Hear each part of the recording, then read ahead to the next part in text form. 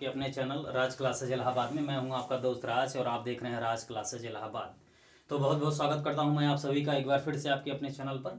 तो दोस्तों आज हम जैसे कि ज्योग्राफी इंट्रोडक्शन क्लास कल हम दे ही चुके थे कि ज्योग्राफी में हम क्या क्या पढ़ाएंगे और कैसे कैसे पढ़ाएंगे। तो क्या क्या पढ़ाएंगे हमने ये सारी चीज़ों को बता दिया था कल, और इसके पार्ट भी बता दिए थे कि वैसे ज्योग्राफी के पार्ट कितने होते हैं। कल की क्लास में डिस्कस किया था। अगर आप नहीं देखे होंगे तो आप ज़रूर देख लीजिए। हमारा ये वादा था कि हम जीरो से लेकर टॉप लेवल तक आप सभी को जियोग्राफी पढ़ाएंगे। और सबसे निवेदन यही है कि आप लोग दोस्तों लाइक कर दिया करो, कमेंट कर दिया करो, उससे हमारे हौसले बढ़ते हैं और हम इसको और अच्छे से विस्तृत करने की कोशिश करते हैं। अगर कोई कमी भी रह जाती हो, हमारे बड़े भाई बहन हमेशा देखते हैं वीडियो, और आप लोग कुछ हमसे बड़े भाई भी होंगे, अगर देखते होंगे तो आप हमें ज़रूर कमेंट करके बताया करिए। निवेदन यही आप लोगों से है। तो क्योंकि सुधार की गुंजाइश हम हमेशा अपने काम में रखेंगे। तो हम आज ये बताने वाले थे आप सभी को कि जियोग्राफी जो है, इसे तो हमने कल बता दिया था कि जियोग्राफी कैसे बना है, किन शब्दों से बना है, और भूगोल के इसके जनक कौन से फादर्स ऑफ जियोग्राफी थे, कौन यूनानी शब्द क्या थे, यूनानी थे, और कैसे क्या थे, ग्रीक शब्द कहाँ यूज होता था। तो ये सारी चीज़ें हम कल बता दिए थे। आज हम स्टार्ट करेंगे कि वर्ल्ड जियोग्राफी या फिर इंडिया जियोग्राफी या फिर आपका Indian geography, Indian geography, Indian geography ये हम पढ़ाएंगे जब।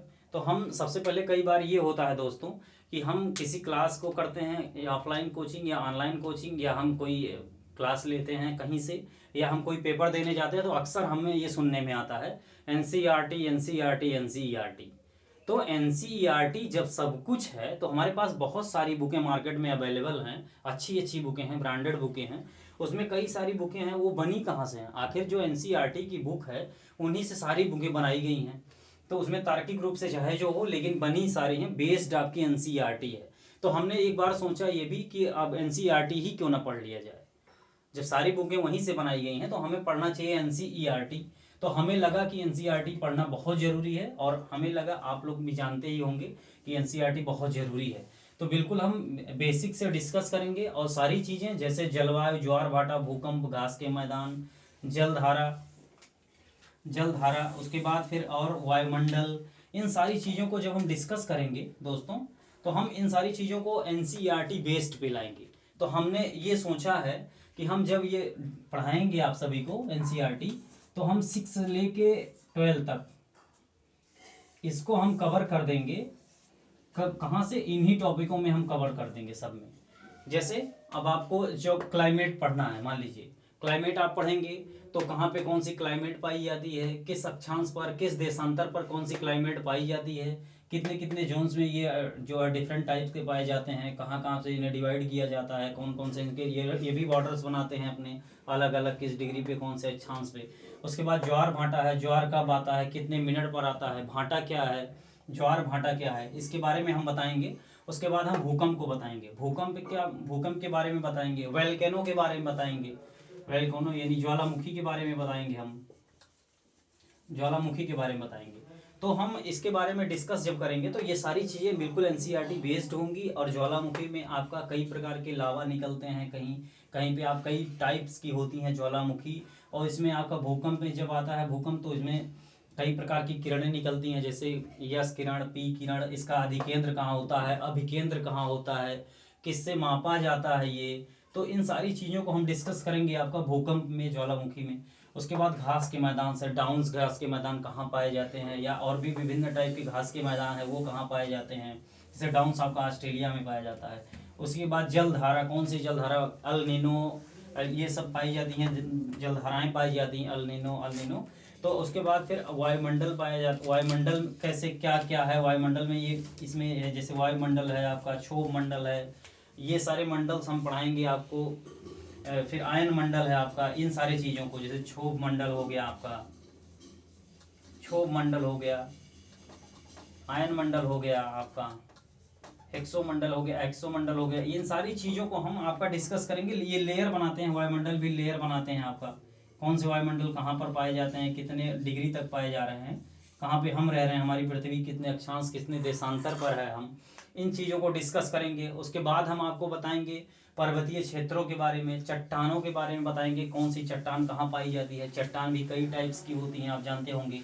तो इसके बारे में हम डिस्कस करेंगे। उसके बाद सौर मंडल के बारे में हम करेंगे डिस्कस कि जैसे आपका कौन से ग्रह कहाँ पाए जा रहे हैं, किस दूरी पर कौन से ग्रह हैं। जैसे अभी देख लीजिए कितने ग्रह पाए जाते हैं, 8 ग्रह पाए जाते हैं। तो उसमें कौन से ग्रह कहाँ पर स्थित हैं, इनका जब सूर्य का चक्कर लगाते हैं तो ये कितनी दूरी पर स्थित हैं, कितने दिनों में चक्कर लगाते हैं, कितने घंटे लगते हैं, कौन से क्षुद्र ग्रह हैं, कौन से बड़े ग्रह हैं। जैसे बृहस्पति सबसे बड़ा ग्रह हो गया। क्षोभ पट्टियाँ कहाँ कहाँ पाई जाती हैं, हम उसको डिस्कस करेंगे। किस किस के बीच में कौन से, किस ग्रह का कौन सा क्रम है, उसके बारे में हम डिस्कस करेंगे।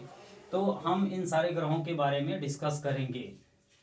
उसके बाद आपकी परियोजनाएं, चाहे वो नदी घाटी परियोजनाएं हो या कोई भी परियोजना है, जैसे मान लीजिए कि सरकार की परियोजनाएं कई बार आती हैं जो हमारे जियोग्राफी से कई बार नदियों के महत्व को बताती हैं, हमारे कई बार बाउंड्रीज को शेयर करती हैं एक दूसरे से, उसके लिए भी परियोजनाएं आती हैं।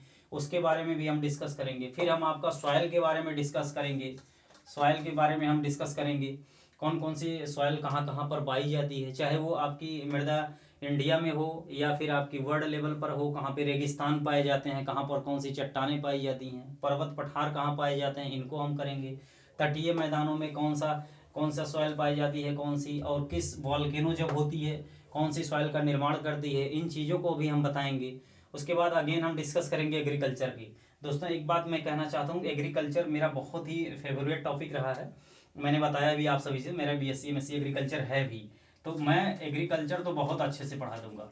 अगर आप मुझे डिस्कस करेंगे मुझसे, सॉरी, कमेंट बॉक्स में कमेंट करेंगे तो मैं एग्रीकल्चर तो बिल्कुल टॉप लेवल में एग्रीकल्चर में A से लेके E तक पढ़ा दूंगा मैं। एग्रीकल्चर में कोई समस्या कहीं नहीं आएगी। उसके बाद आपका आता है खनिज संसाधन। खनिज संसाधन में क्या रहेगा, माइंस कौन कौन सी कहाँ कहाँ पाई जाती हैं, चाहे वो ऑस्ट्रेलिया की हो, चाइना की हो, USA की हो, या इंडिया की अपनी माइंस हैं कहाँ कहाँ पर पाई जाती हैं। कोयला कहाँ से निकलता है, फिर तांबा कहाँ से है, फिर उसके बाद फिर आपका जो है चांदी कहाँ से निकलती है, इन सब के लिए मैं बता दूंगा। जैसे पन्ना की खाने आप पढ़े होंगे, MP में हैं।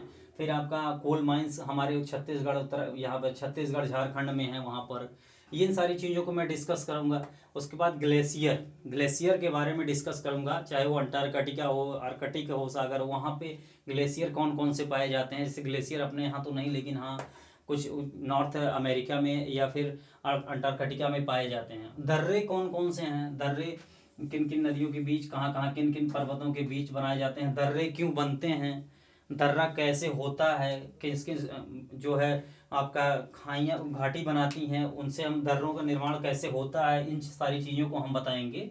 उसके बाद नदियों के बारे में बताएंगे, चाहे वो नदी का अफवाह तंत्र हो, या कौन सी लंबी नदी है, कौन सी बड़ी नदी है, या कौन सी नदियाँ कहाँ पाई जाती हैं। नदियों का अफवाह तंत्र हम बता देंगे कि कैसे कैसे अफवाह तंत्र नदियों का कहाँ कहाँ से होता है, कौन कौन सी सहायक नदियाँ हैं, कौन कौन सी प्रमुख नदियाँ हैं, इनकी लंबाइयों को बताएंगे। नदियों पर चलने वाली परियोजनाओं के बारे में बताएंगे। जैसे आप लोग देखे होंगे कि अमृत परियोजना चलती है, ये किसके लिए होती है, अमृत परियोजना किसके लिए होती है, ये आप लोग जानेंगे। अमृत परियोजना जो होती है वो 2 नदियों को जोड़ने से बनाई जाती है, उसे अमृत परियोजना कहते हैं। तो उसी तरीके से हम इसको डिस्कस करेंगे नदियों के बारे में। और ये सारी चीज़ें जो हम आपको ओवरऑल बता रहे हैं, चाहे घाटियाँ हो, चाहे विविध में अब जो बहुत सारी चीज़ें छूट गई हैं, जैसे जनजातियाँ, उद्योग, इंडस्ट्री जैसे, या फिर और भी जो चीज़ें हैं, दर्रा, ग्लेशियर, झील, इन सारी चीज़ों को हम डिस्कस करेंगे विविध में। विविध मेरे लिखने का महत्व यही है कि जो यहाँ छूट गई होंगी चीज़ें वो विविध में आपके डिस्कस करी जाएंगी। और ये सारी चीज़ें हम डिस्कस करेंगे only on NCERT class 6 to 12, यहाँ तक हम जो है इससे डिस्कस करेंगे। तो बिल्कुल परेशान होने की बात नहीं है। अगर आप हमसे जुड़ रहे हैं तो आप बिल्कुल हम पर भरोसा करिए, और हम पूरे विश्वास के साथ आपको कहते हैं कि NCERT के लेवल से, चाहे वर्ल्ड जियोग्राफी हो, चाहे इंडियन जियोग्राफी हो, आपका कुछ भी नहीं छूटेगा दोस्तों। सारी चीज़ों को हम टॉपिक वाइज टॉपिक करा देंगे, कैसे कौन से क्वेश्चन आते हैं उनको हम करा देंगे, कौन कौन सी टर्मिनोलॉजी कौन कौन सी यूज होती है उसको हम कराएंगे, किस किस बुक में कौन कौन सी है उसको करा देंगे। सारे क्लास के सेपरेट अलग अलग से क्वेश्चंस हम बताएंगे आपको। सारी चीज़ों को हम यहाँ से आपको पढ़ाने वाले हैं। तो हम ये सारी चीज़ें आपको पढ़ाएंगे NCERT बेस्ड पर। दोस्तों आप लोगों को परेशान होने की ज़रूरत बिल्कुल भी नहीं है। और भी चीज़ें हैं, जैसे मान लीजिए सॉइल के बारे में है, अब कौन सी सॉइल कहाँ पाई जाती है और कहाँ कहाँ पर कैसे कैसे सॉइल का निर्माण होता है, हम इन सारी चीज़ों को डिस्कस करेंगे आपके इस अगले वीडियो में। और कौन कौन से कहाँ कहाँ पर चट्टानें पाई जाती हैं, सौरमंडल क्या है, पृथ्वी, नदियाँ, भूकंप, ज्वालामुखी, सब कुछ हम बताएंगे आप सभी को एनसीईआरटी बेस्ड पर। तो बिल्कुल परेशान होने की ज़रूरत नहीं है दोस्तों, हम इन सारी चीज़ों को डिस्कस करेंगे अब अगली क्लास में, क्योंकि हमें बस थोड़ा सा आपको ये बताना था आज कि हम डिस्कस करेंगे जब, तो हम सब सारी चीज़ें एनसीईआरटी बेस्ड पे रहेंगी। मैं एक बार अगेन लिख देता हूँ, ये सारी चीज़ें रहेंगी आपकी एनसीईआरटी पर, ओनली बेस्ड एनसीईआरटी।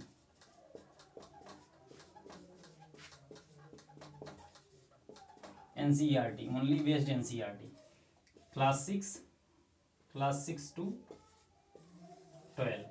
तो इनसे यहाँ से रहेंगी। तो आपको कभी भी कोई प्रश्न कहीं से भी अगर फंसता है तो आप कमेंट बॉक्स में कमेंट करिए, किसी भी टाइप का क्वेश्चन हो, जियोग्राफी से हो, हम उसे बताएंगे आपको, आप पूछ भी सकते हैं और यहीं से हम आपको सारी चीज़ें बताएंगे। दोस्तों बहुत छोटा वीडियो आज हम बना रहे हैं, क्यों उसके बाद फिर जो है आप सभी को अगले क्लास में हम मिलेंगे। बिल्कुल आप हमें पहचानते भी होंगे, अगर नहीं पहचानते या पहचानते हैं तो आप सभी से हाथ जोड़कर मेरा एक ही निवेदन है, मैं इस क्लास को लेके और इस वीडियो को लेके, इस चैनल को लेके बहुत सीरियस हूँ। आप सभी से बहुतों ने मुझे ठुकराया है, तो इसलिए आप लोग प्लीज़ मत ठुकराइए। अगर आए हैं आप हमें देख रहे हैं तो कमेंट और लाइक सब्सक्राइब जरूर कर लीजिएगा दोस्तों। हमसे कोई गलतियाँ होती हैं, कुछ चीज़ें छूटती हैं तो आप हमें बिल्कुल बेशक आप हमें कमेंट बॉक्स में कमेंट कर सकते हैं। और फाइनली हम हर क्लास में अपना नंबर देते हैं, तो आप हमें हमारे नंबर पर कांटेक्ट भी कर सकते हैं। ये हमारा नंबर है, आप हमारे नंबर पर हमें कांटेक्ट कर सकते हैं व्हाट्सएप के माध्यम से, हम आपको यहाँ मिलेंगे। तो ज़रूर आप लोग हमें कमेंट बॉक्स में कमेंट करिए, समस्या हो तो आप हमें इसे पूछिए, हम आपको मिलके हम आपसे मिलके समस्याओं को साझा करेंगे और उसका निर्णय भी लेंगे, फैसला लेंगे क्या कैसे कहाँ समस्याएं आती हैं। तो दोस्तों धन्यवाद, थैंक यू सो मच।